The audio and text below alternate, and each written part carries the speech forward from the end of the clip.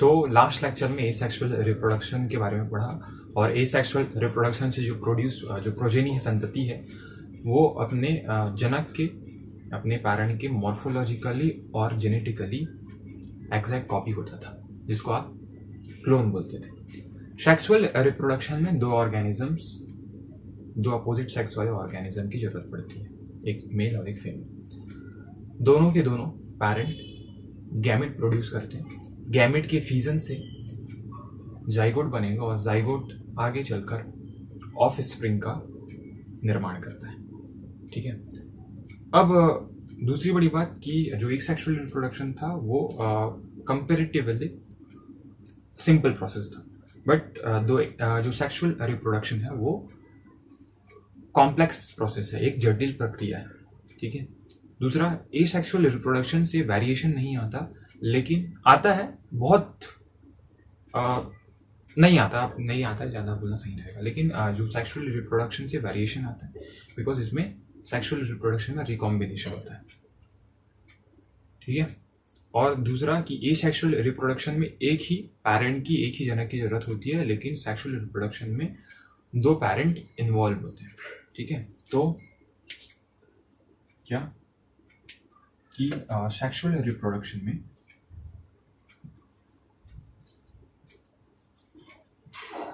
Sexual reproduction में opposite sex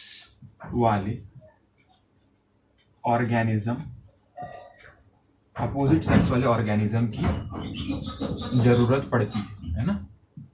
opposite sex वाले organism की जरूरत पड़ती है। ठीक है। दूसरा चीज मैं क्या बोला? दूसरा चीज मैं ये बोला कि इसमें दो पैरेंट इन्वॉल्व होते हैं, दो, तो लिख दिया, दो अपोजिट सेक्स वाले ऑर्गेनिज्म की जरूरत होती है। कौन कौन से? पहला मेल और दूसरा क्या होगा? फीमेल होगा। दूसरा क्या होगा? फीमेल होगा। ठीक है। दूसरा कि जो सेक्सुअल रिप्रोडक्शन है ना, जो मेल और फीमेल, सॉरी, सेक्सुअल रिप्रोडक्शन में जो मेल और फीमेल है ये क्या प्रोड्यूस करेंगे? ये गैमेट प्रोड्यूस करेंगे, मेल गैमेट और फीमेल गैमेट, है ना। इसको ऐसा लिखना ज्यादा सही रहेगा कि जो मेल है वो मेल गैमेट प्रोड्यूस करेगा, मेल गैमेट प्रोड्यूस करेगा, और जो फीमेल है वो फीमेल गैमेट प्रोड्यूस करेगा, फीमेल गैमेट प्रोड्यूस करेगी। ठीक है। मेल और फीमेल गैमेट के फ्यूजन से क्या बनेगा? जाइगोट बनेगा, फ्यूजन से, है ना। क्या? नर युग्मक और मादा युग्मक के संलयन से आपको जाइगोट मिलेगा, युग्मनज मिलता है। युग्मनज आगे जाकर ऑफ स्प्रिंग का निर्माण करता है। ऑफ स्प्रिंग, है ना, ऑफ स्प्रिंग यानी संतति, स्प्रिंग, ऑफ स्प्रिंग बनाता है। अब देखो, सेक्सुअल रिप्रोडक्शन से जो प्रोड्यूस ऑफ स्प्रिंग है ये अपने जनक के समान नहीं होगा, ये अपने पैरेंट के समान नहीं होगा, अपने जनक यानी पैरेंट के समान नहीं होता, के समान नहीं होता, है ना। अपने पेरेंट से क्या होता है? भिन्नता प्रदर्शित करता है। तो एक तो मैं ये बताया कि सेक्सुअल रिप्रोडक्शन में अपोजिट सेक्स वाले ऑर्गेनिज्म की जरूरत पड़ती है। मेल एंड फीमेल जो ऑर्गेनिजम्स है वो भाग लेंगे, वो गैमेट प्रोड्यूस करेंगे और गैमेट से जाइगोट बनेगा। जाइगोट आगे जाकर जाइगोट ऑफ स्प्रिंग के रूप में क्या होगा? विकास होगा, उसका आगे डेवलपमेंट होगा, और इससे जो ऑफ स्प्रिंग डेवलप होगा अपने जनक के समान नहीं होगा, है ना, भिन्न होगा। ठीक है। अब देखो, इसको एक बार स्क्रीनशॉट ले लो। ठीक है। नोट्स साथ साथ करना ज्यादा अच्छा रहेगा। ठीक है। मैं बहुत डिटेल में बताऊंगा चीज़ों को, बहुत ज़्यादा डिटेल का एनसीईआरटी के ऊपर, ठीक है। दूसरा चीज सेक्सुअल रिप्रोडक्शन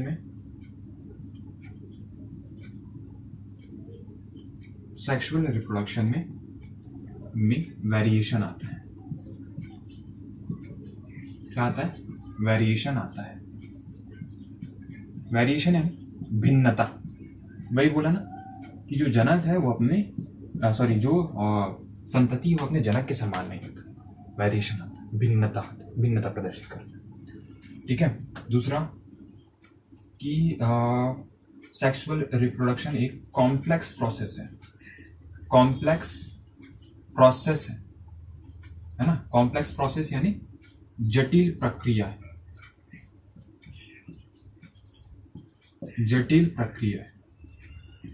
ठीक है। दो पेरेंट इन्वॉल्व होते हैं इसमें, तो ऊपर से ही पता चल रहा है 2 पेरेंट इन्वॉल्व होते हैं, मेल एंड फीमेल, ठीक है। और क्या लिखना चाहिए? ये हो गया कॉम्प्लेक्स प्रोसेस, जटिल प्रक्रिया है, ठीक है। इसमें male and female gamete produce होते हैं, ये तो अभी बता दिए, ठीक है। और हाँ, इसमें क्लोन नहीं बनता,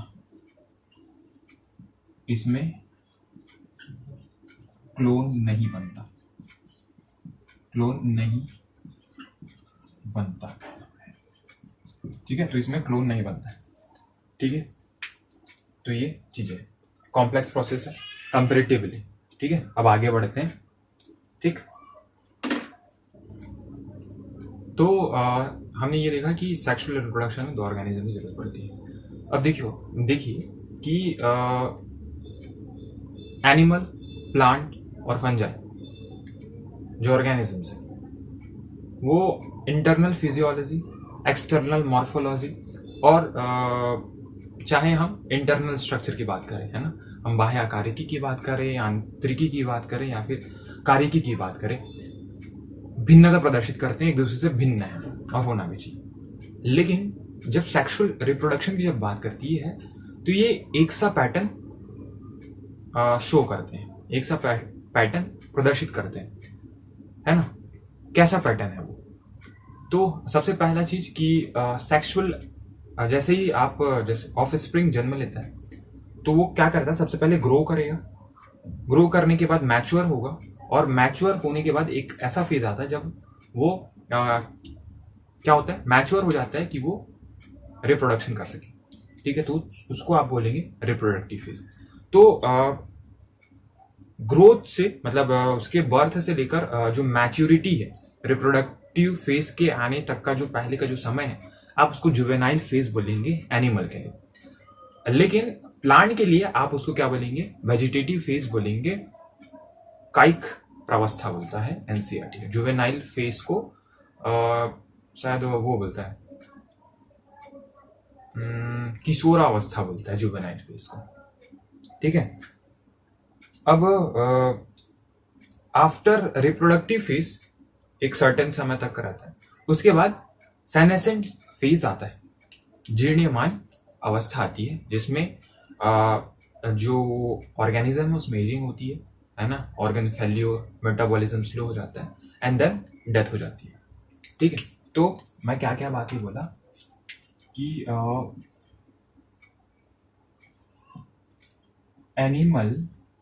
एनिमल हो या फिर प्लांट हो या फिर एनिमल प्लांट फंगस, है ना, और फंगस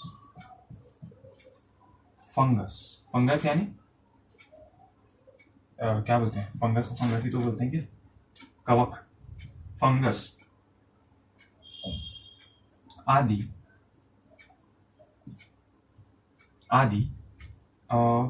क्या क्या बोला कि external morphology, external morphology, internal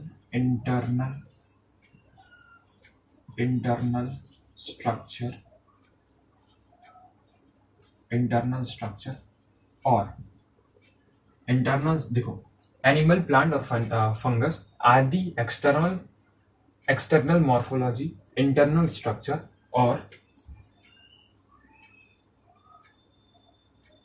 physiology, physiologically या फिर फिजियोलॉजी में भिन्नता प्रदर्शित करते हैं ना, भिन्नता प्रदर्शित करते हैं, क्या एक दूसरे से अलग अलग प्रदर्शन करते हैं, भिन्नता प्रदर्शित करते हैं, भिन्नता प्रदर्शित करते हैं। लेकिन लेकिन लेकिन सेक्सुअल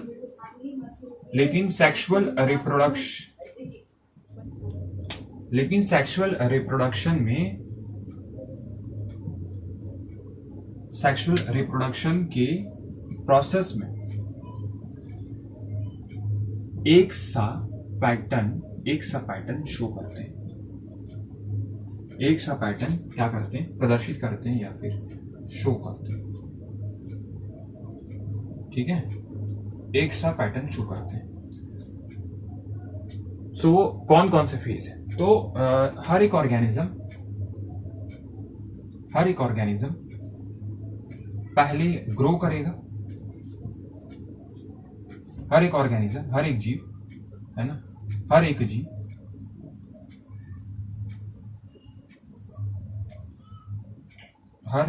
जीव जो सेक्सुअली रिप्रोड्यूस करते हैं, है ना, हर एक जीव सबसे पहले क्या करेगा, ग्रोथ करेगा, ग्रोथ करते करते वो मैच्योर होगा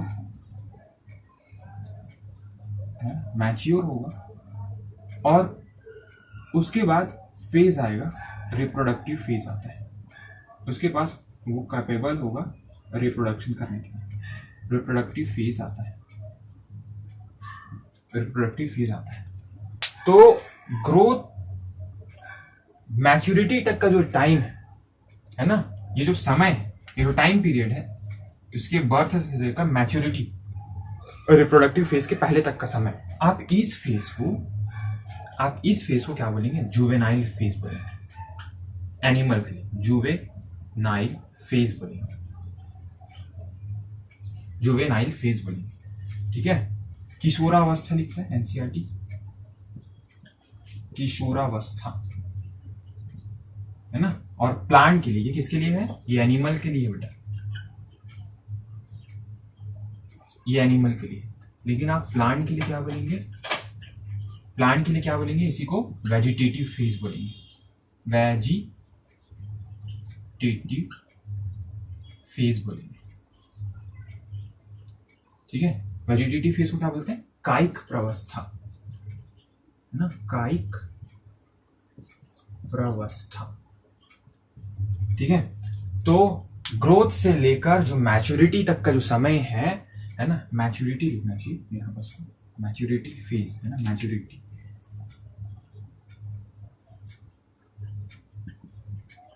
मैच्योरिटी आती है एंड देन रिप्रोडक्टिव फेज आता है। तो बर्थ से लेकर मैच्योरिटी तक का समय क्या होगा, जुवेनाइल फेज, या एनिमल के लिए जुवेनाइल फेज और प्लांट के लिए वेजिटेटिव फेज होता है। एंड देन उसके बाद आता है रिप्रोडक्टिव फेज आता है, जिसमें जो ऑर्गेनिज्म है वो रिप्रोडक्शन के लिए कैपेबल होता है। रिप्रोडक्शन फेज के बाद क्या आती है, सेनेसेंट फेज आता है ना। तो रिप्रोडक्शन फेज के बाद क्या आएगा, आपका क्या आएगा, सेनेसेंस फेज आता है ना। रिप्रोडक्शन के बाद क्या, कौन सा फेज आएगा, सेनेसेंट फेज आएगा,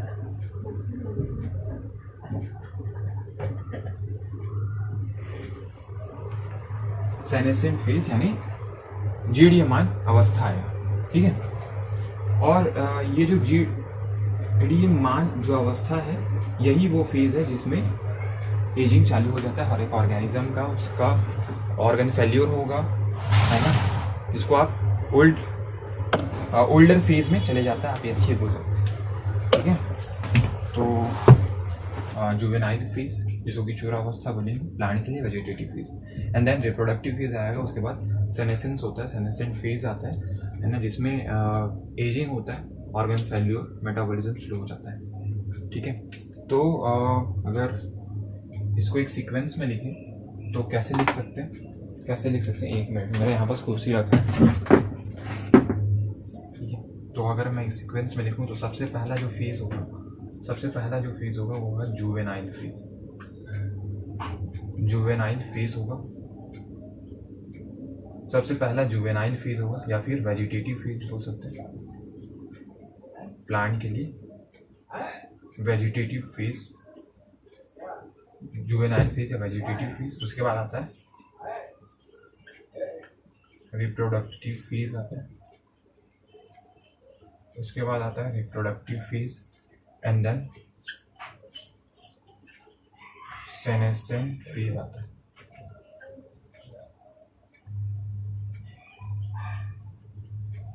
जीर्यमान अवस्था, ठीक है। तो ये 3 समय, ये क्या है, ग्रोथ और मैच्योरिटी तक का समय क्या होगा, जुवेनाइल या vegetative phase, and then reproductive phase आता है। रिप्रोडक्टिव फेज के बाद सेनेसेंट फेज आता है, एंड देन क्या हो जाती है, ऑर्गेनिज्म की हर एक जीव का क्या होगा, डेथ हो जाएगा, चाहे वो प्लांट हो चाहे वो एनिमल क्यों ना हो, ठीक है। तो ये 3 फेज, ठीक है।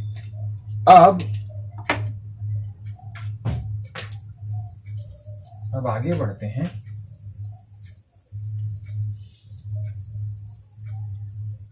अब क्या होता है, जो प्लांट्स हैं उनको हम वेजिटेटिव फेज और रिप्रोडक्टिव फेज के मतलब उनका जो पीरियड है उसके बेसिस पर हम उनको अलग अलग भागों में बांटते हैं, ठीक है। तो on the basis of length of vegetative and reproductive phase, तो हम सबसे पहला एनुअल प्लांट या वार्षिक पौधों की बात करते हैं, ठीक है। अब एनुअल प्लांट में ये है कि एक ही ईयर में, एक ही साल में उसका वेजिटेटिव फेज भी आएगा और रिप्रोडक्टिव फेज भी आएगा और डेथ भी उसी वर्ष होगा, ठीक है। तो complete vegetative and reproductive phase in single season, ठीक है ना, पूरे ईयर में या फिर ईयर में कंप्लीट हो जाएगा, एंड देन उसके बाद डेथ हो जाएगी, ठीक है। तो इसका एग्जांपल व्हीट यानी गेहूं और टमाटर है। तो पूरे लाइफ में केवल एक ही बार क्या आता है, पुष्प आता है, पुष्प नहीं फल आता है ना। पुष्प के बाद क्या आएगा, आगे तो फल ही आएगा ना, है ना। तो आप इसको क्या बोलेंगे, मोनोकार्पिक बोलेंगे, ठीक है। तो मोनोकार्पिक बोलेंगे एनुअल का, ठीक है। अब आता है दूसरा बाइनियल। अब इसमें क्या होता है, जो पहला साल होगा वो क्या होगा, उसमें वो मैच्योर होगा रिप्रोडक्शन के लिए, है ना। जो प्लांट है वो मैच्योर होगा कि वो रिप्रोडक्शन कर सके, उसका एक रिप्रोडक्टिव फेज आएगा। तो जो वेजिटेटिव फेज है वो कंप्लीट 1 ईयर का, तो 1 ईयर वो क्या करेगा, ग्रो करेगा, यानी वेजिटेटिव फेज उसका 1 ईयर का है। एंड जो सेकेंड ईयर है ना, दूसरे वर्ष में वो क्या करेगा, रिप्रोडक्शन करेगा, है ना, फल देगा, पुष्प फल देगा, एंड देन उसके बाद डेथ हो जाएगी। तो इनका जीवन काल 2 वर्षों का है, इनका जीवन काल 2 वर्ष, ये 1 वर्ष, ये 2 वर्ष, इसलिए बाइनियल या द्विवार्षिक, ठीक है। इसका उदाहरण है कैबेज और रेडिश, ठीक है ना, कैबेज पत्ता गोभी और रेडिश। तो ये भी क्या है, अगेन मोनोकार्पिक है, क्योंकि पूरे जीवन काल में केवल एक बार ही पुष्प देने को मिल रहा है, ठीक है। अब आगे हम पेरिनियल करते हैं। पेरिनियल में होता क्या है कि पेरिनियल में जो वेजिटेटिव फेज है वो 1 से अधिक वर्षों का है ना, अधिक वर्षों का वेजिटेटिव फेज होता है, ठीक है। तो बात करते हैं। तो ये है देखो, 2 चीज पढ़ा, एक तो एनुअल पढ़ा और एक बाइनियल पढ़ा। अभी जो तीसरा है ये है पेरिनियल या बहुवार्षिक प्लांट है। अब इनका जो वेजिटेटिव फेज है, मैं आपको पहले ही बताया कि 1 से अधिक वर्षों का इसका वेजिटेटिव फेज होगा, ठीक है। तो आपकी एनसीईआरटी में 2 एग्जाम्पल दिए गए हैं, वो एग्जाम्पल को रखना बहुत ज्यादा जरूरी है। उससे पहले एक और चीज की, जो पेरिनियल प्लांट है, जो बहुवार्षिक प्लांट है, वो मोनोकार्पिक भी हो सकते हैं, पॉलीकार्पिक भी हो सकते हैं।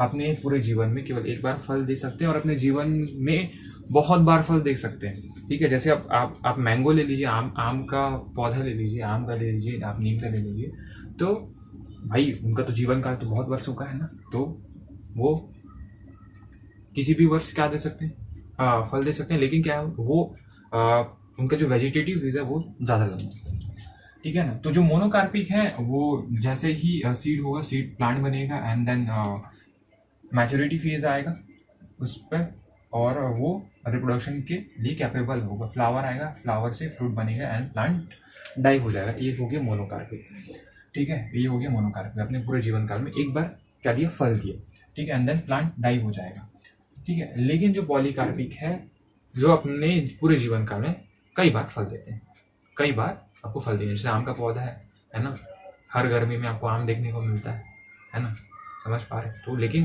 क्या होता है, आप आम का पौधा लगा दिया और तुरंत आम दे दे, ऐसा नहीं होता है ना। उसका एक फेज आता है, आपको पहले बजाय वेजिटेटिव फेज। वेजिटेटिव फेज जैसे ही क्या होगा, पार होगा, रिप्रोडक्टिव फेज आएगा, देन वो क्या देगा आपको, आम देने लगेगा, मैंगो देने। अब एनसीईआरटी में 2 एग्जाम्पल दिए हुए हैं, एक है बैम्बो यानी बांस, जो अपने पूरे लाइफ में केवल एक बार ही पुष्प देगा, फ्लावरिंग करेगा, एक बार। तो पूरे लाइफ में एक बार ही क्या देगा, पुष्प देगा, वो होगा बैम्बो यानी बांस का जो पौधा है, बांस का जो पेड़ है ना। 50 से 100 वर्षों के बाद एक बार पुष्प आता है, एक बार पुष्प आएगा एंड देन प्लांट डाई हो जाएगा, प्लांट की मृत्यु हो जाती है, ठीक है। उसके बाद आता है नीलकुरेंजी, जो आपको वेस्टर्न घाट में आपको देखने को मिलता है, जो कि बहुत ज्यादा खूबसूरत दिखता है, नीले कलर का फूल होता है ना। लास्ट टाइम मतलब एनसीईआरटी के अकॉर्डिंग 2006 सितंबर में इसमें फ्लावरिंग हुआ था। फिर उसके बाद हमको 2018 में देखने को मिला, 12 वर्षों के बाद पुष्प वापस आता है, और इसके बाद आपको देखने को मिलेगा 2030 में।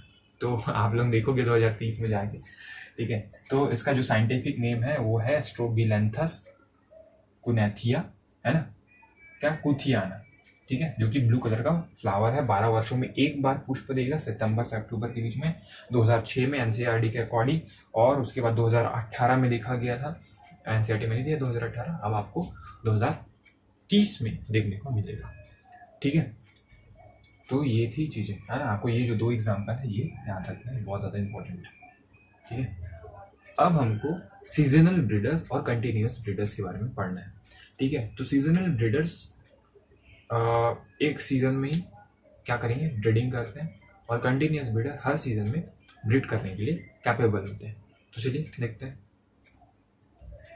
पेरिनियल की बात कर ली, जो कि प्लांट के लिए अपन बात करते हैं। अब बात करते हैं एनिमल्स के लिए।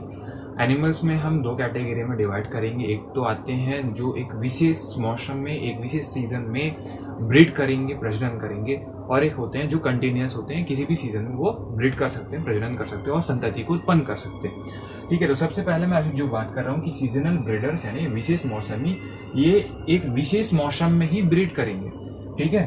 फेवरेबल कंडीशन में क्या करेंगे, ऑफ स्प्रिंग को प्रोड्यूस करेंगे। आप एग्जांपल ले सकते हैं, काऊ ले सकते हैं, लॉयन ले सकते हैं, बर्ड ले सकते हैं, एक्सेट्रा, ठीक है। लेकिन क्या होता है, जैसे पोएट्री फार्मिंग है ना, जहां आप मुर्गियों और मुर्गों को संरक्षित रखते हैं, ठीक है, रिजर्व करके रखते हैं, तो वो क्या करते हैं, वो किसी भी मौसम में क्या दे सकते हैं, अंडे दे सकते हैं। तो वो एक कंटिन्यूअस ब्रीडर की तरफ बिहेव करते हैं। अब आगे हम पढ़ते हैं कंटिन्यूअस ब्रीडर की। कंटिन्यूअस ब्रीडर में एक क्षमता होती है कि हर मौसम में क्या कर सकते हैं, ब्रीड कर सकते हैं, ब्रीडिंग कर सकते हैं। दूसरा कि कंटिन्यूअस जो ब्रीडर्स होते हैं वो पैरेंटल केयर देते हैं अपने प्रोजेनी को, अपने ऑफ स्प्रिंग को, अपने संतति को पैरेंटल केयर देते हैं, ठीक है। तो चलो देखते हैं। तो मैं वही बात बोला कि जो कंटिन्यूअस ब्रीडर्स हैं वो हर मौसम में ब्रीडिंग कर सकते हैं, हर मौसम में वो प्रजनन कर सकते हैं और ऑफ स्प्रिंग को प्रोड्यूस करते हैं, संतति को उत्पन्न करते हैं। तो कंटिन्यूअस ब्रीडर हर मौसम में क्या कर सकते हैं, ब्रीड कर सकते हैं, अपने ऑफ स्प्रिंग को पैरेंटल केयर देते हैं अनफेवरेबल कंडीशन से बचाने के लिए, और कहीं ना कहीं खतरों से बचाने के लिए, ताकि जो उनका जो प्रोजेनी है वो क्या हो सके, बड़ा हो सके, ठीक है। तो ये चीज है। अब हमको ऑस्ट्रस साइकिल और menstrual cycle, oestrus cycle non primates में होता है और मेंस्ट्रुअल साइकिल प्राइमेट्स में होता है, तो उसके बारे में देखते हैं। एनसीईआरटी के अकॉर्डिंग चलना है, ठीक है, तो देखते हैं। तो अब हमको ऑस्ट्रस साइकिल और मेंस्ट्रुअल साइकिल के बारे में देखना है। जो ऑस्ट्रस साइकिल है वो आपको नॉन प्राइमेट्स में देखने को मिलता है, और जो मेंस्ट्रुअल साइकिल है वो प्राइमेट्स में पाया जाता है, ठीक है। दूसरी बड़ी बात कि दोनों के दोनों, चाहे वो ऑस्ट्रस साइकिल हो चाहे वो मेंस्ट्रुअल साइकिल हो, आपको प्लेसेंटल मैमल्स में देखने को मिलता है। अब सबसे बड़ी बात ये कि प्लेसेंटा हम तो जानते नहीं है, तो एक बेसिक सा जानकारी रख लो। हम ह्यूमन को लेके बात करते हैं, ठीक है। तो जैसे ही जाइगोट बनता है तो जाइगोट में क्लीवेज होता है ना जी, एक विशेष प्रकार का माइटोटिक डिवीजन होता है जिसमें जो सेल का जो साइज है वो बढ़ता नहीं है, लेकिन वो बहुत तेजी से मल्टीप्लाई होता है। ठीक है, तो क्लीवेज होता है। तो इस क्लीवेज में जैसे ही आगे बढ़ते हैं तो आपको दो प्रकार के सेल्स मिलते हैं। एक तो वो सेल्स होंगे जो आपको आउटर कवरिंग करेगा जाइगोट का, और एक वो होगा जो एम्ब्रियो बनेगा, है ना। तो जो एम्ब्रियो बनेगा उसमें दो सेल्स होते हैं, बाद में तीसरा लेयर भी आता है जिसको आईसीएम इनर मास सेल्स बोलेंगे। ठीक है, और जो बाहर वाला जो लेयर है उसको आप बोलेंगे ट्रोफोब्लास्ट। तो क्या होता है, जो ट्रोफोब्लास्ट है वो फीमेल का जो यूट्रस का जो वॉल है, फीमेल का जो यूट्रस का जो वॉल है और जो ट्रोफोब्लास्ट लेयर है वो आपस में इंटर डिजिटेड होंगे और एक यूनिट के रूप में वर्क करेंगे। उस यूनिट को आप बोलते हैं, क्या बोलेंगे, प्लेसेंटा बोलेंगे, है ना। प्लेसेंटा क्या करता है, एक तो एक यूनिट की तरह वर्क करेगा जो कि ब्लड, है ना, मिनरल्स आदि को एम्ब्रियो तक पहुंचाएगा। ठीक है, तो वो है प्लेसेंटल मैमल्स, है ना, प्लेसेंटा है, सॉरी। अब जो प्लेसेंटल ऑस्ट्रोसाइकल की मैं बात करूं तो प्लेसेंटल मैमल्स में होगा। ठीक है, दूसरा इसमें जो यूट्रस का जो एंडोमेट्रियम है वो ब्रेक होगा, और क्या हो जाएगा, ब्रेक होने के बाद वो रिलीज नहीं होगा, वो बॉडी रीअब्जॉर्ब कर लेगा, एब्जॉर्ब कर लेगा बॉडी। ठीक है, दूसरा है कि जिसका जो एग्जांपल है वो है नॉन प्राइमेट, जैसे कुत्ता बिल्ली का, है ना। इन सब में आपको क्या बोलिए, ऑस्ट्रोसाइकल, लेकिन एक विशेष मौसम में देखने को मिलता है। मेंस्ट्रुअल साइकिल प्लेसेंटल मैमल्स में आपको देखने को मिलता है, दोनों में प्लेसेंटल मैमल। एंडोमेट्रियम ब्रेक होगा और क्या हो जाएगा, बाहर डिस्कार्ड होगा, है ना, बाहर स्रावित होगा।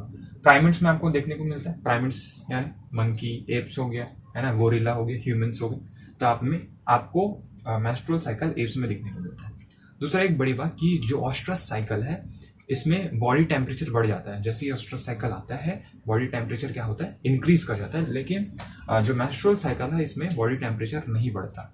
तो ये एक चीज है जो एनसीईआरटी के बियॉन्ड है। ठीक है, तो ज्यादा जानने की जरूरत नहीं है, लेकिन मैं बता देता हूँ नॉलेज के लिए।